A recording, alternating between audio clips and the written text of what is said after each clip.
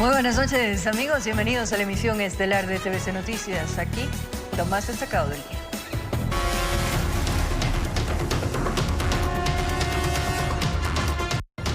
En el sector de San Marcelo, al sur de Quito, delincuentes vaciaron una casa. Se llevaron televisores, computadoras y un parlante.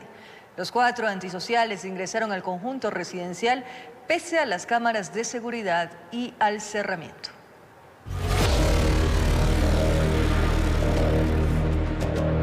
Los avesados delincuentes fueron captados por la cámara de seguridad. Uno fue directo a la puerta del conjunto residencial, vulneró las seguridades y después de forcejear entró. Dejó abierto el acceso para que sus cómplices también ingresen. Van 2 detrás. Es una banda de 4 delincuentes. Fueron directo a la casa número 1 y procedieron a vaciarla. Les bastó un par de segundos. Todo fue tan rápido que nadie se dio cuenta. A la salida los esperaba el conductor, quien también hacía de campanero. Salieron los pillos y en su poder objetos de valor, televisores, computadoras. Faltaba una plasma y con dificultad la acomodaron en el asiento de atrás. El último antisocial se llevó lo que parece ser un gran parlante.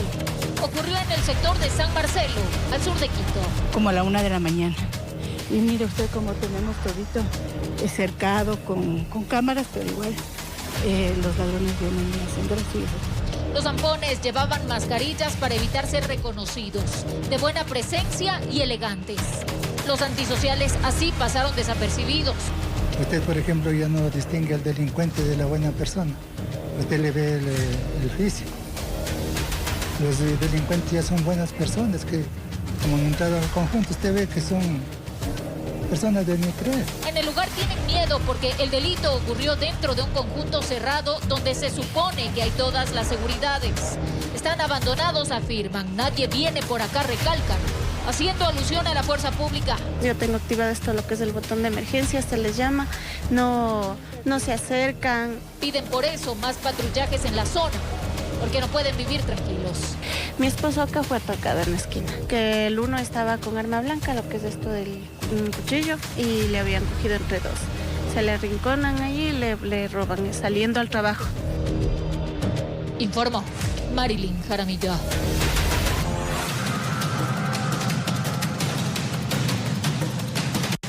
Sicarios terminaron con la vida de un empresario en la ciudad de Machala, en la provincia del Oro. El atentado sería presuntamente por extorsión. El crimen quedó registrado en cámaras de video. ¿De qué sirve trabajar? ¿De qué sirve tener sueños? ¿De qué sirve ir a estudiar? Si tu vida puede acabar un día de la nada. Son los reclamos de rabia e impotencia de una hija que perdió a su padre víctima de sicariato. Sucedió en las calles Alejandro Castro Benítez y Canadá, en el cantón Machala. Bueno, en efecto, el día de hoy, siendo aproximadamente las 10:20, a través del sistema ECO 911, se alerta a la policía de un hecho violento bajo la modalidad de sicariato. Cámaras de video grabaron el momento del ataque del gatillero, quien en compañía de un cómplice llegó en una moto y aprovechó que el ahora occiso había llegado a su lugar de trabajo y lo atacó. Una vez conocido el hecho violento, la Policía Nacional se activamos el código 3, que es para hacer operativos de control antidelincuencial a los ingresos a la ciudad. De igual manera, nuestro eje investigativo y de inteligencia vienen al lugar a levantar los indicios correspondientes conjuntamente con Fiscalía para dar inicio a las investigaciones pertinentes. La víctima fue identificada como Juan Carlos Chacha Maya, de 50 años, quien se dedicaba al comercio de compra y venta de vehículos. Además, tenía una empresa de escáneres. Quienes lo conocían expresaron su dolor, ya que alegaron era una persona de bien. Aunque el comandante alegó desconocer si el fallecido tenía alguna denuncia por extorsión, corrió el rumor entre los presentes que al parecer el empresario estaba siendo acosado por vacunadores, quienes le exigían una suma de dinero que se negó a pagar. Informó Richard Ceballos. En Chimborazo y Azuay se realizaron 6 allanamientos. Varias personas fueron aprehendidas por captación ilegal de dinero. Así es como la policía, conjuntamente con Fiscalía, realizaron varios allanamientos simultáneos en Chimborazo y Azuay tras un seguimiento por 2 meses a una presunta banda dedicada a la captación ilegal de dinero. se logra realizar 6 allanamientos acá en la provincia de Chimborazo, específicamente en la ciudad de Riobamba. También en coordinación con nuestros similares de la provincia de La Azuay. 4 personas fueron aprehendidas para investigaciones. El caso ya está en indagación previa. Ninguno de ellos tienen antecedentes penales. Entendemos que se trata de una serie de estafas a través de la captación de dineros, por los cuales ofrecían un porcentaje elevado de retorno, es decir, aproximadamente el 15%. Entre las evidencias están 2 armas de fuego, varias laptops y dispositivos celulares, entre otras cosas, que servirán como elementos de convicción para que los implicados sean procesados. Y que eviten a toda costa caer en manos de estas personas inescrupulosas que lo único que intentan es beneficiarse a título personal. Se conoce que los hoy aprendidos captaban fondos en modalidad piramidal. Hay mucha gente estafada. En Chimborazo informó Darwin Altamirano. Más adelante, 5 personas fueron sentenciadas con la pena máxima de cárcel por el asesinato del ex candidato presidencial Fernando Villavicencio. ¿Qué pasará con los autores intelectuales? Les contamos en breve.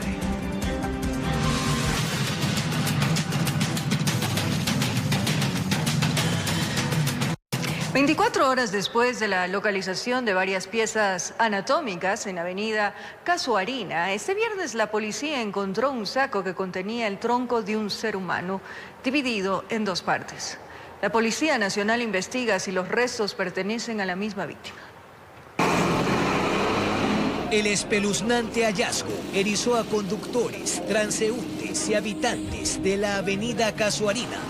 Era el tronco de un ser humano partido en 2. Aparentemente a las 10:30 de la noche del día de ayer, por videos que se pudo obtener, pero no se puede visualizar a los presuntos causantes del hecho. ¿Esos videos son de las personas que habitan en el sector o del sistema de vigilancia de la ciudad? Del sistema de vigilancia de la corporación. Estupefactos habían anclado los ojos en la acera central de la calle de alto flujo que conduce a Monte Sinaí, bloqueada por más de media hora. Y los habitantes, con un clamor en los labios. Yo tengo miedo. La secuestra, coge a la mujer, la engaña, que se vamos para llevarla a pasear, se la lleva. Lo que hace es cogerla, matarla, la hace dormir, tanta cosa que pasa. Y bastante, maestro, por aquí. Tiene que haber más cuidado ahora. El gobierno tiene que poner más fuerte las sanciones. Este jueves hallaron varias piezas anatómicas de extremidades superiores e inferiores. Los peritos analizan si hay coincidencias. La verdad no se podría determinar hasta que las unidades investigativas procedan con las debidas investigaciones y puedan vincularlo por medio de otros métodos. Hasta el 12 de julio en el distrito Nueva Prosperina se han cometido 8 asesinatos y en el primer semestre del año hay 246 muertes menos frente al mismo periodo del año pasado. Esta semana hubo 4 hallazgos, uno en la cooperativa Valerio Estacio, el segundo en el Guasmo Sur y los 2 últimos en la Casuarina, donde algunos ya no se inmutan. Frente a lo macabro, informó Jorge Escobar. 2 personas fueron asesinadas en el Guasmo Sur, en Guayaquil. Se trataría de jóvenes que conversaban en una calle, protegidos por unas rejas, pero fueron engañados para salir de ese espacio y dispararles. Estas rejas metálicas parecían ser una buena protección para 2 muchachos que conversaban hacia la parte interna. Pero hasta ese lugar, perteneciente al bloque 3 de la cooperativa Unión de Bananeros en el Guasmo Sur, llegó un vehículo blanco. Los muchachos se mostraron desconfiados y pretendían retirarse a sus casas, pero el conductor del auto les hizo señas con las luces del automóvil. Esa acción los llevó a creer que se trataba de alguien conocido que deseaba comunicarles algo. Por ese motivo, las víctimas decidieron salir al encuentro. Sin embargo, fue en esos instantes cuando sujetos armados bajaron del vehículo y empezaron a disparar. Yo salí cuando ya estaba el chico tirado en el suelo. Fue una emboscada. Sus víctimas apenas lograron retroceder unos cuantos pasos, pero fue inevitable la ráfaga que cayó sobre sus cuerpos. Los cuerpos fueron identificados como Emiliano V, de 18 años de edad, y Héctor M. de 16 años. La policía realizó el levantamiento de 45 indicios balísticos. Cuando comienzan a tirar, aquí no pasa ni un policía. Sí lo ve usted ya cuando están los muertos tirados. Ahí nomás vienen los policías. Así lo ve usted. Horas antes, a pocas cuadras del sector, en la misma cooperativa Unión de Bananeros, se registró otro hecho violento. En esta ocasión, la víctima tenía 44 años de edad. Recibió varios disparos por parte de sujetos desconocidos. Vecinos del sector lo llevaron hasta un hospital, pero llegó sin signos vitales. Así, el Distrito Sur cierra la semana con 5 sucesos violentos. Por su parte, la Policía Nacional busca ejecutar operativos constantes. Sin embargo, existen acciones producto de riñas o disputas entre organizaciones delictivas. Informó José Morales. El 60% del presupuesto de obras públicas en Durán son destinados a mejorar el servicio de agua potable. Los habitantes de este cantón de la provincia de Guayas creen que no existe un desarrollo en la ciudad por problemas políticos, también por la inseguridad y violencia en que enfrentan. Veamos la segunda parte del especial. Es una ciudad con gran potencial, pero que en desarrollo se encuentra estancada y ahora enfrenta también una ola de violencia que las autoridades tratan de contener. La prevención del delito tiene que abarcar mujeres, niños, personas vulnerables. No podemos solo responder con más armamento. La tarde de ese viernes activaron la línea 131 para recibir información sobre actividades ilícitas, terrorismo, narcotráfico, también de grupos armados, pero de forma anónima, ofreciendo recompensa. Pero además de la inseguridad, los 302.000 habitantes de ese cantón de Guayas aún anhelan el servicio eficiente de agua potable que tanto les prometieron en las ciudadelas y barrios céntricos. Aquí nos dan solo lunes, miércoles y viernes, 3 días a la semana y ni siquiera completo. Desde las 7 de la mañana hasta las 9, 9:30 de la mañana ya no hay agua. 2 horas a lo mucho. Sin dejar de lado las cooperativas de vivienda que eran consideradas como invasiones, donde el que no tiene tanque no se abastece de líquido vital. Aquí hay que andar atrás los tanqueros ahí de madrugada para poder coger agua. Vienen así cuando quieren, a veces no nos quieren dejar agua, se van de largo y así pasa. Por su parte, el alcalde Luis Chodillo señaló que el 60% del presupuesto de obras públicas es destinado para los estudios de un nuevo punto de captación y la planta potabilizadora, pero asimismo indicó que tiene una lista extensa de obras que espera concretar en su administración. Luego vamos a necesitar los recursos para la ampliación de redes. Luego también necesitamos, por ejemplo, mejorar los mercados. Necesitamos recuperar los parques, necesitamos recuperar distintos sectores. Y se refirió a lo que tienen planificado hacer en ciudadelas, donde hay calles asfaltadas, bordillos y veredas. Inicio con el primer proceso, por ejemplo, para cambiar todo lo que es la carpeta asfáltica y reasfaltado de la ciudadela del Recreo. Todo el Recreo está contemplado, todo el Recreo. En otro proceso está Panorama, Amazonas. Pero en la finca Delia y otras cooperativas cercanas al Recreo, la realidad es otra. Aquí reina el imperio del polvo y se muestran olvidados. Mire que muchas veces hay dificultad hasta para que los tanqueros entren. Uno les pronuncia la Delia y es como que uno le está diciendo vayan al infierno. Son tantas carencias y un presupuesto de 75 millones de dólares para esta ciudad, donde muchos ven distante que ocurran cambios en el cantón ferroviario. ¿Cuánto tiempo usted tiene viviendo de Durán? Tengo aquí viviendo 12 años, que vine de la sierra. ¿Qué ha cambiado desde que llegó aquí a Durán? Absolutamente nada. En población podemos ser la sexta en el país, la segunda aquí en Guayas, pero en la práctica en obra pública, ¿de qué nos vale? Así viven en Durán, mirando hacia un lado esperando las obras y por el otro contemplando cómo la violencia de a poco los arrincona, informó Charlie Pisa.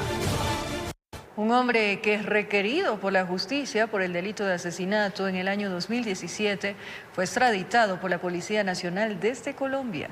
El sospechoso habría salido del país por pasos irregulares en el año 2019.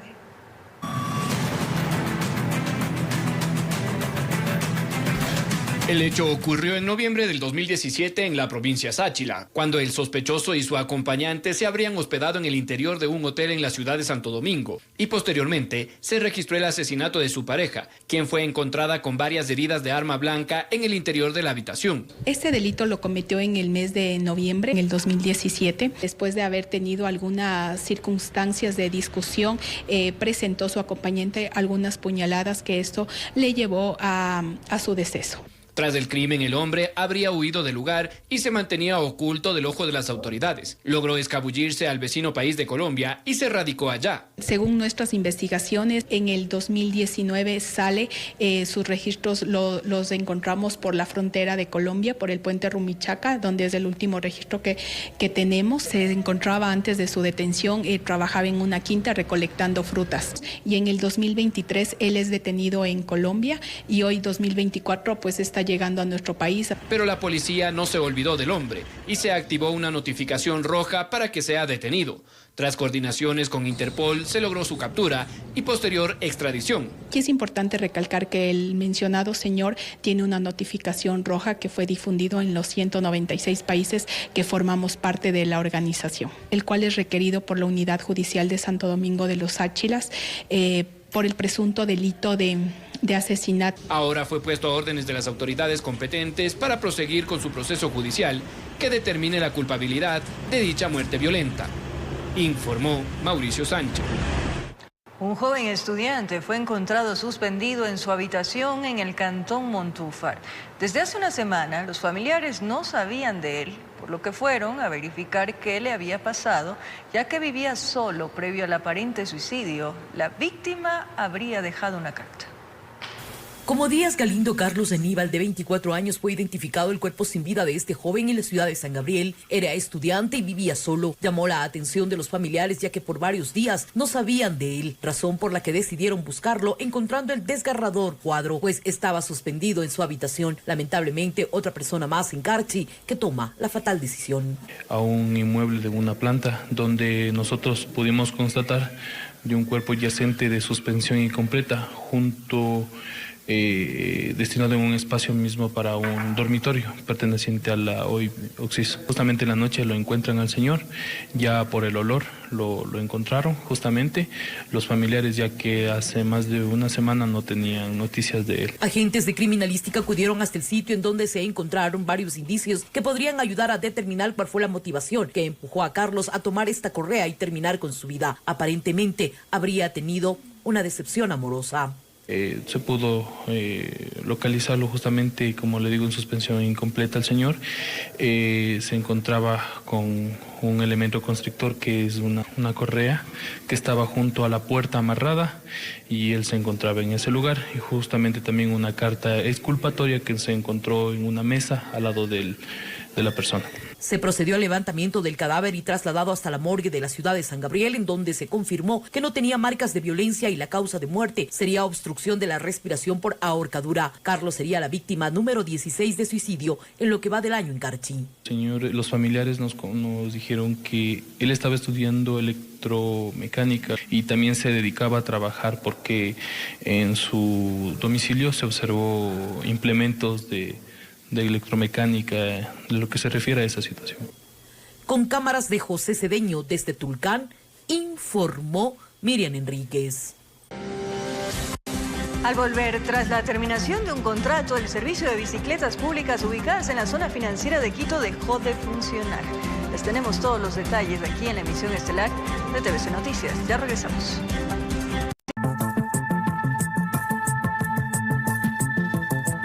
Casi a un año del asesinato del ex candidato presidencial Fernando Villavicencio, 5 personas fueron sentenciadas con una pena máxima que va de 12 a 34 años de cárcel. La parte acusadora anuncia que se iniciará otro proceso penal para dar con los autores intelectuales. Tras 8 días de audiencia, un tribunal de garantías penales sentenció con la pena máxima de 34 años 8 meses de cárcel a Carlos Angulo alias Invisible, como autor del asesinato del ex candidato presidencial Fernando Villavicencio, hecho ocurrido el pasado 9 de agosto del 2023, cuando salía de un mitin político. Angulo, de acuerdo a la sentencia, es quien dio la orden desde el centro carcelario de Cotopaxi, lo que a futuro le daría mayor jerarquía. Al ser líder de una fracción de los Lobos, se le impuso una multa económica de 1.000 salarios básicos unificados y $100.000 como reparación integral. Misma pena deberá cumplirla Laura Castillo, como coautora, quien se habría encargado de proporcionar la logística como vehículos y dinero para que se atente contra Villavicencio. Sus familiares se mostraron satisfechos con el dictamen. Que se siga haciendo justicia, por la sangre, por la vida que dio Fernando Villavicencio. Esperamos que realmente, así como están siendo juzgados cada uno de los asesinos materiales de Fernando Villavicencio, también sean juzgados todos los autores intelectuales. Eric Ramírez, Víctor Flores y Alexandra Chimbo, declarados como cómplices, se les determinó 12 años de cárcel, una multa de 340 salarios básicos unificados y $33.000 como reparación integral. Chimbo, de 21 años de edad, es quien ese lamentable día había estado dentro del coliseo del ex Colegio Anderson, informando los movimientos de Villavicencio.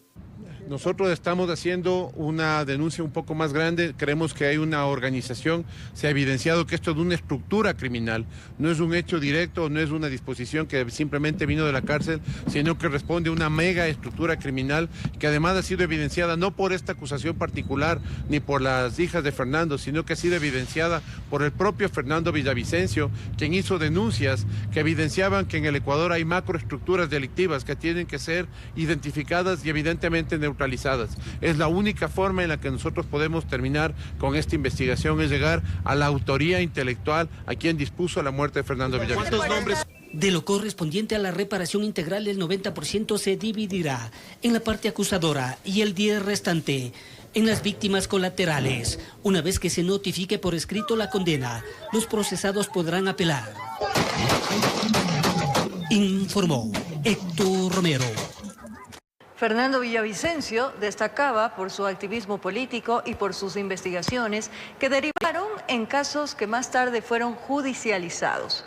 Desde diferentes trincheras, Villavicencio denunció a contratistas del Estado, expresidentes y a estructuras criminales.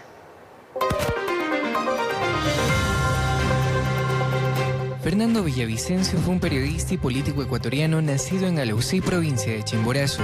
Estudió comunicación en la Universidad Central del Ecuador y fue uno de los fundadores del movimiento político Pachacutic en 1995.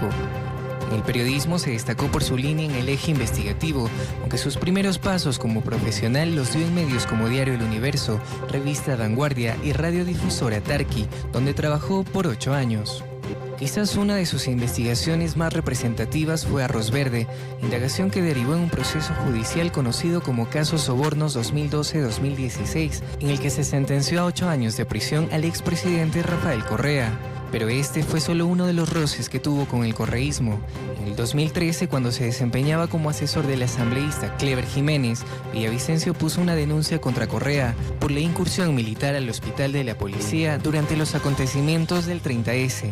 Esto le hizo acreedor de una contrademanda por injurias y recurrió al exilio en la Amazonía para evitar ir a prisión. Ahí se mantuvo hasta marzo del 2015, cuando prescribió su condena.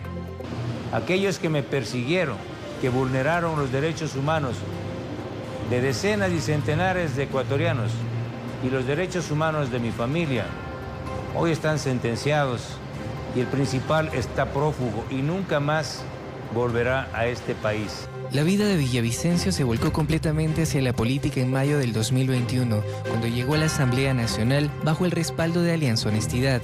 Durante su gestión llegó a presidir la Comisión de Fiscalización, presentando cerca de 24 informes que denunciaban irregularidades por parte de contratistas del Estado. Asimismo, denunció estructuras criminales y propuso una depuración en la política ecuatoriana. No es posible avanzar a un Ecuador seguro sin derrotar y someter a estas mafias, incluyendo a la mafia política. La vida de Villavicencio se encontraba ya en una recta final cuando mostró su interés por ser presidente de la República. Bajo el movimiento Construye y con Andrea González como binomio, tuvo la intención de llegar a Carondelet. Sin embargo, este sueño se empañó de sangre luego de que fuera asesinado al cierre de un mitin político a las afueras de un colegio privado de Quito. Informó Edwin Benalcázar. Gobierno presentó una denuncia contra varias empresas, entre ellas una del alcalde de Guayaquil, Aquiles Álvarez, por presuntas irregularidades en la comercialización de combustibles. Frank Franklin Fabián Reyes Toctó, director ejecutivo de la Agencia de Regulación y Control de Energía, colocó en fiscalía esta denuncia en contra de los accionistas de una empresa.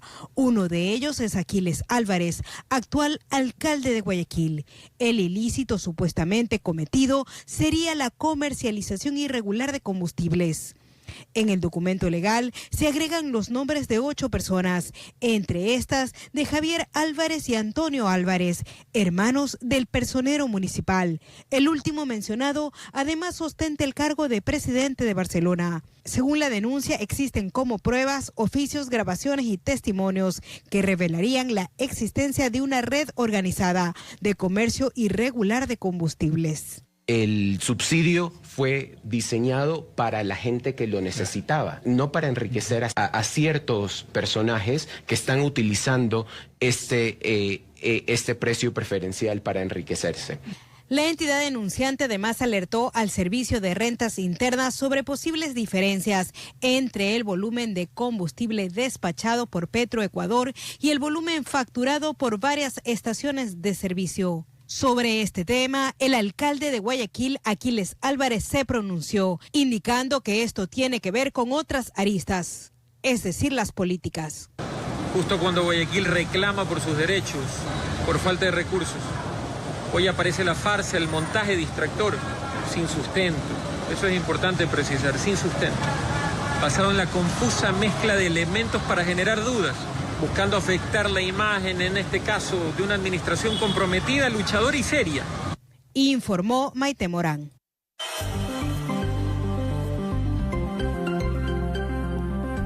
El proyecto de ordenanza que busca regular el servicio de delivery en Quito genera diversas reacciones sobre la responsabilidad de las plataformas digitales.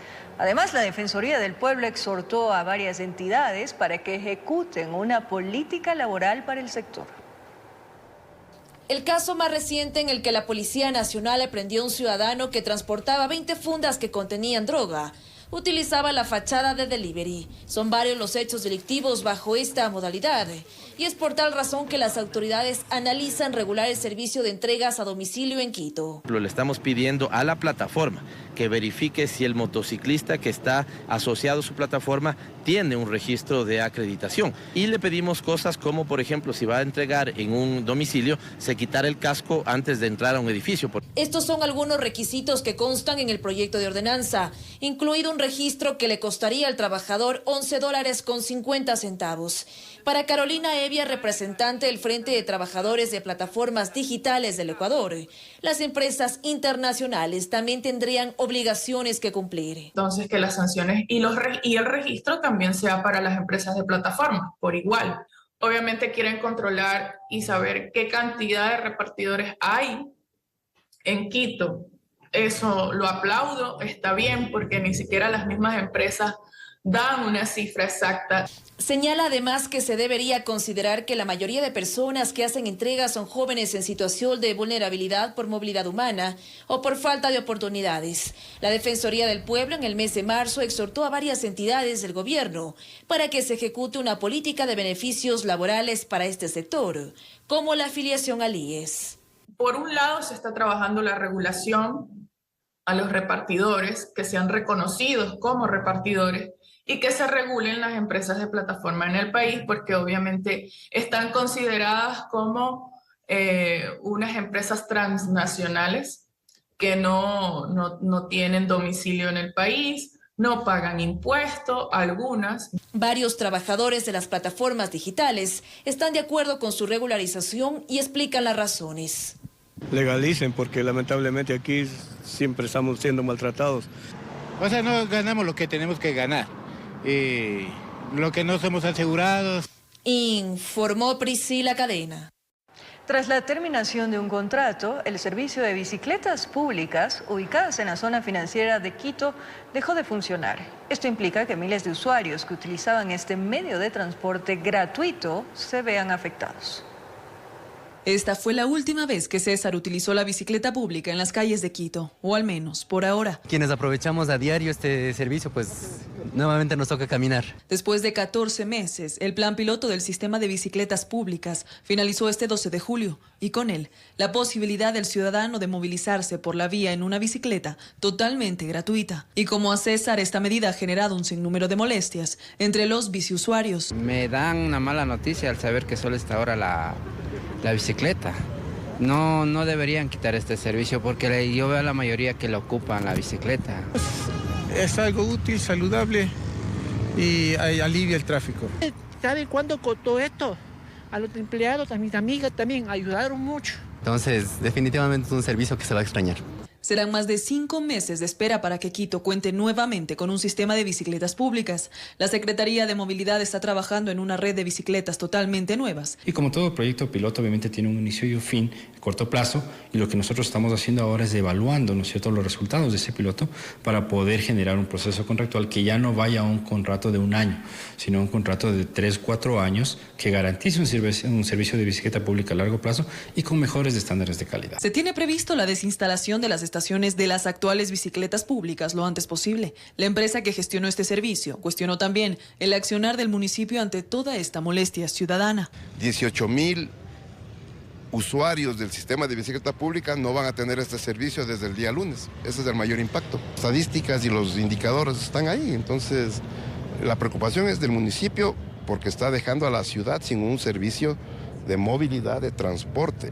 Esa es la parte más difícil. El municipio pide paciencia y comprensión a los quiteños. Aclararon que el sistema de bicicletas públicas nuevo tendrá mayor cobertura con al menos 50 estaciones. Entendemos que habrá una afectación en los ciudadanos y tal vez sí va a causar una molestia y pedimos la comprensión de la ciudadanía, pero sí en función de qué, en función de que en los primeros meses, nosotros apuntamos a los primeros meses del 2025 y esté funcionando un sistema mejor, un sistema que tenga mayor cobertura, que sea más automático, que la calidad del servicio sea mejor y que el tipo de infraestructura sea mucho mejor. Estamos haciendo una pausa así en el servicio. Con el nuevo plan maestro de movilidad del municipio, se prevé que el próximo sistema de bicicletas genere conectividad con el resto del transporte público.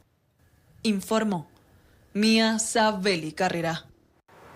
El director del Servicio Nacional de Medicina Legal y Ciencias Forenses, Milton Zárate, afirma que ayer no existe hacinamiento de cadáveres sin identificar en el Laboratorio de Criminalística de la ciudad de Guayaquil. Sin embargo, el padre de Tatiana Bolaño lleva más de 7 meses esperando la entrega de su cuerpo. Un mes después de la crisis por el hacinamiento de cadáveres NN y los olores fétidos que llegaban hasta los exteriores de la morgue, el director del Servicio Nacional de Medicina Legal y Ciencias Forenses afirma que el asunto ya está superado. Tenemos un presupuesto asignado y sobre la base de eso se continúa con el trabajo y se implementa también un proyecto de inversión que tenemos a nivel nacional para construir más unidades de medicina legal. Eran más de 100 cuerpos y el 21 de junio se dispuso el traslado de 33 sin identificar a un cementerio de Quevedo. Milton Bolaño, sin embargo, lleva 7 meses sin saber nada del cadáver de su hija Tatiana. Yo la vi muerta y ¿por qué no quiere el miembro de la policía mostrar el video que me dieron? ¿Por qué no me dan mi hija? Yo tengo entendido que ahorita Quevedo llevó un poco de cadáver de los que estaban en el contenedor. Y ahí en ese contenedor posiblemente haya ido mi hija. Ya, no me dan solución. Bueno, tiene que haber control como en todo organismo, como toda institución, tiene que haber control. Para que no sean afectadas así las familias, no donde aparecer su familiar. Milton solo espera que le entreguen los restos de su hija para que pueda descansar en paz. Informó Jorge Escobar. Atención, una fuga presuntamente de amoníaco alertó a 2 escuelas en Mapasingue Oeste, en la ciudad de Guayaquil. El cuerpo de bomberos aseguró que en esa cuadra los niveles del aire estaban normales, pero seguirán tomando mediciones para asegurarse de dónde viene el fuerte y tóxico olor.